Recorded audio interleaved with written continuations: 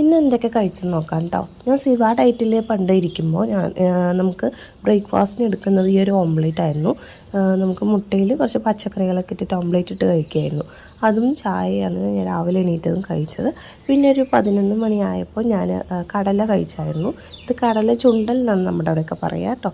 അതുകൂടെ കഴിച്ചു. പിന്നെ ബ്രേക്ക്ഫാസ്റ്റ് 12 മണിക്കാണ് കഴിച്ചത്. പൊറോട്ടയും മുട്ടക്കറിയും ആയിരുന്നു.